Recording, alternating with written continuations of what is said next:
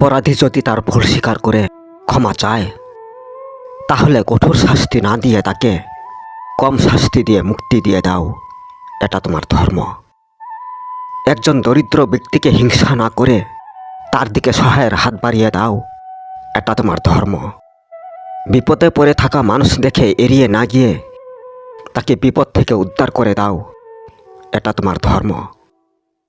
মনে হিংসা না রেখে সবাইকে ভালোবাসা দাও। এটা তোমার ধর্ম।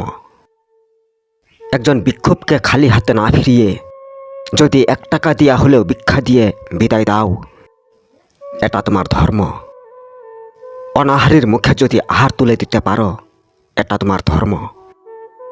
রাস্তার একটা পাগলকে ধরে যদি তুমি তাকে পরিষ্কার পরিচ্ছন্ন করে ভালো জামা কাপড় পরিয়ে যদি তাকে পেট ভরিয়ে খাইয়ে দাও, তাহলে এটা তোমার ধর্ম। কারোর মনে কষ্ট না দিয়ে যদি তাকে বুক ভরা ভালোবাসা দিতে পারো, এটা তোমার ধর্ম। কাউকে কান মন্ত্র না দিয়ে তার কানে জ্ঞানের কথা দাও। এটা তোমার ধর্ম। কাউকে মিথ্যা অপবাদ না দিয়ে তার সাথে বন্ধুত্ব আর ভালোবাসা বজায় রেখো। এটা তোমার ধর্ম। অহংকার না করে সবাইকে সমানভাবে দেখো। এটা তোমার ধর্ম। এগুলোই হলো তোমার মানবতা। তোমার মানবতাই হলো আসল ধর্ম।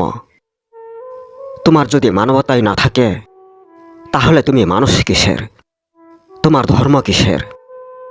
হিংসা, নিন্দা, অহংকার, ক্রোধ এসব পরিত্যাগ করে অন্তরে মানুষত্ব ভাব জাগাও। তবে যদি তুমি সত্যির মানুষ হতে পারো, আর একজন সত্যির মানুষ হতে পারলেই মানবতা থাকবে। মানবতা থাকলেই তুমি ধার্মিক। তুমি হিন্দু, মুসলমান, বৌদ্ধ, খ্রিস্টান যেটাই হও না কেন, মানবতাই হলো তোমার বড় ধর্ম।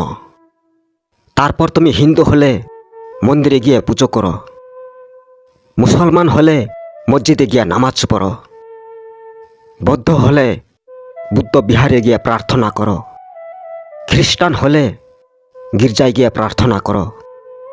তবু তুমি তার আগে তোমার মানব ধর্মটা রেখো। মানবতায় শুধু ধর্ম নয়, মানবতায় মানুষের সাথে পরিচয়, মানবতায় মানুষের সাথে ভালোবাসা, মানবতায় মানুষের সাথে মিলাপ্রীতি।